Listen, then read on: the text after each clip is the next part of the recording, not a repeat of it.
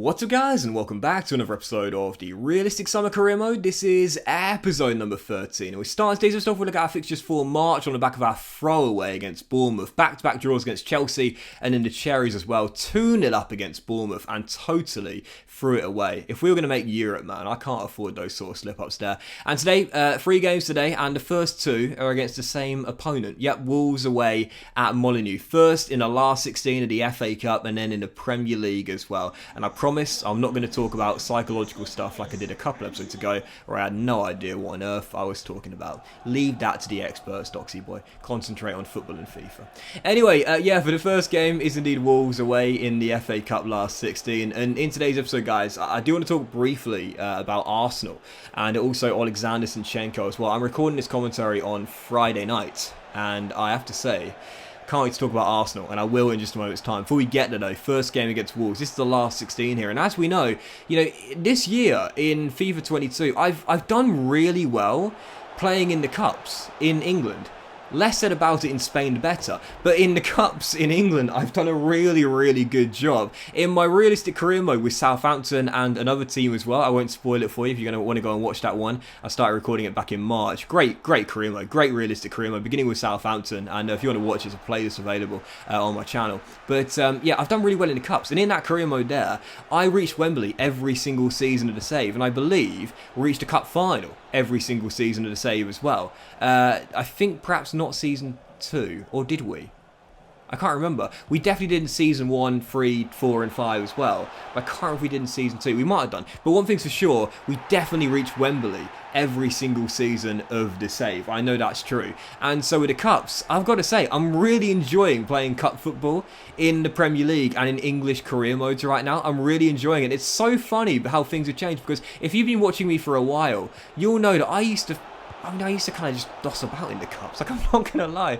Like, when I used to do career modes, I don't deny it. In the EFL Cup in particular, every single round until we got to the final or possibly the semis, I just feel the backup side or whatever happened. But obviously in the realistic career mode with Southampton I did earlier on this year, we won the Carabao Cup. We got to the Carabao Cup final, I think 3 times in the whole save. Like it was a competition I did quite well in. And in the FA Cup we won that as well. I think 3 times in 3 years as well. And in this realistic summer career mode as well, you saw it heading into the last 16. I had a strong lineup out there, despite the fact it came on Wednesday night, despite the fact we're chasing a European place in the Premier League, because I'm really liking the Cups and I'm getting the luck.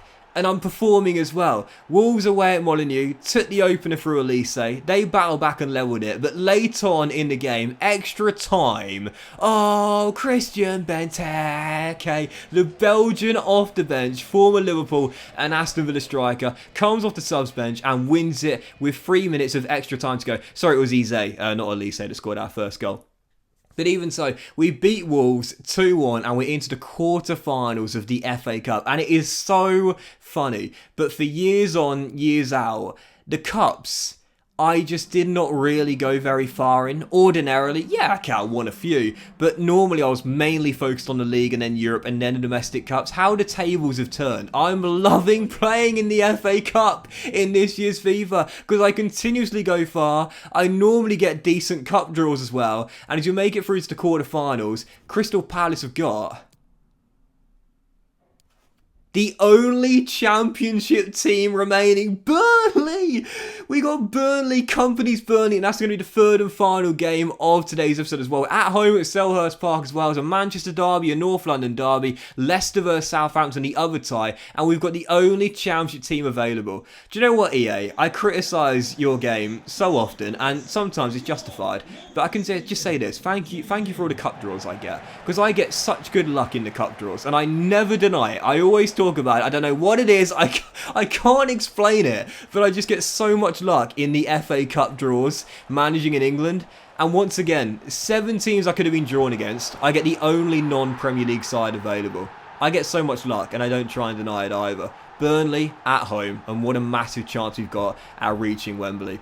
Even so, yeah, second game was going to be Wolves away at Molineux, this time staying here but going back to matters in the Premier League.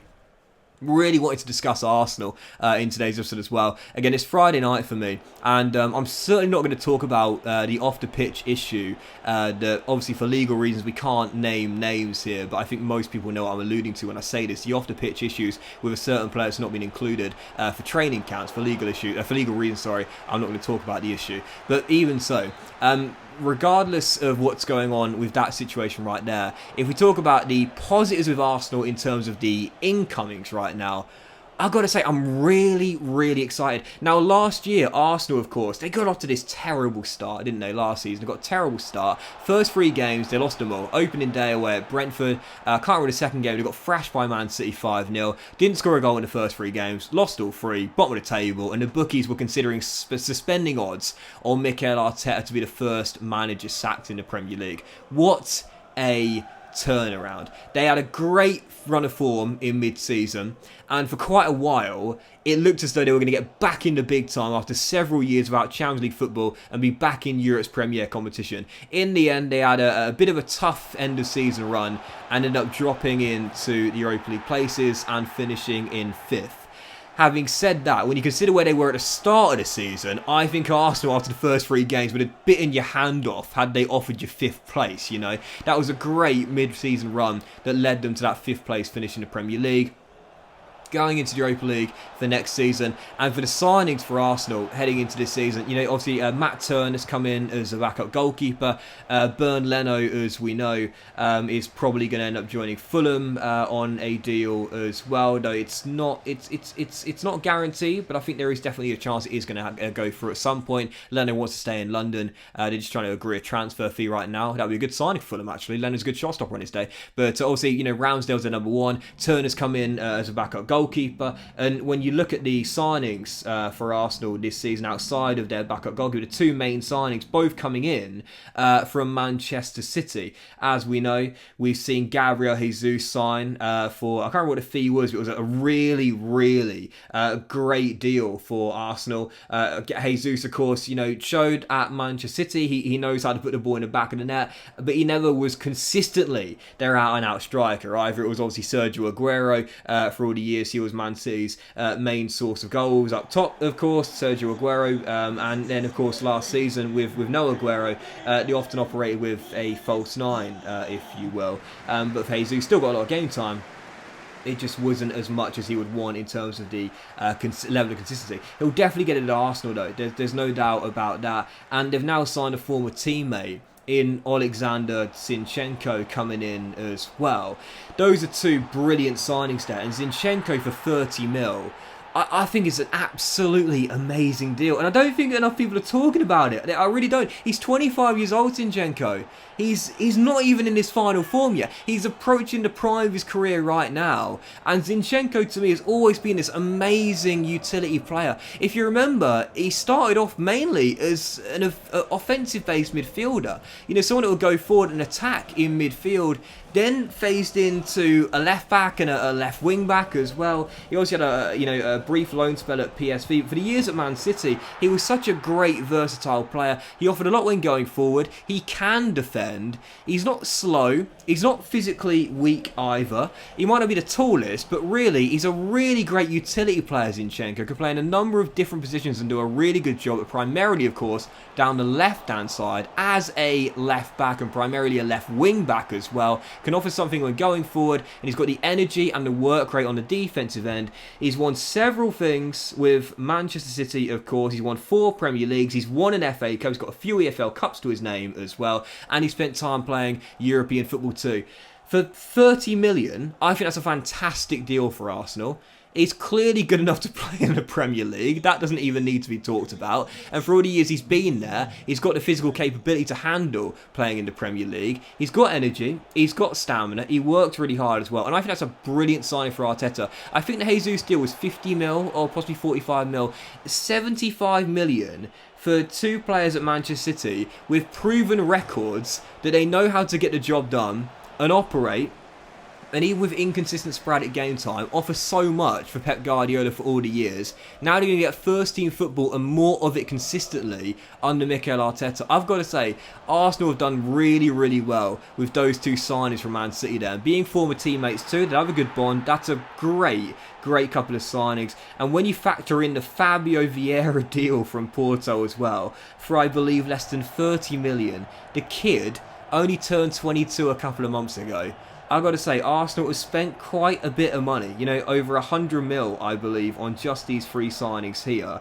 But I have to say, I'm really excited for Arsenal next year, I really am. Mikel Arteta had an abysmal start last season, no doubt about it, but they rallied around mid-season and ended up finishing in 5th. For next season, I think they've got a golden chance of breaking back into the top 4, winning a major honour, and with the new signings they've made, Arsenal and Spurs, I can't wait to watch both North London teams next year. I really can't. I think it's going to be really exciting, and I can't wait for the North London derbies as well. Arsenal fans, let me know how you're thinking right now about the transfers in. Forget about the transfers out. You know, Lacazette's gone. Obviously, Guendouzi went for a small fee as well, but really, the core has remained the same.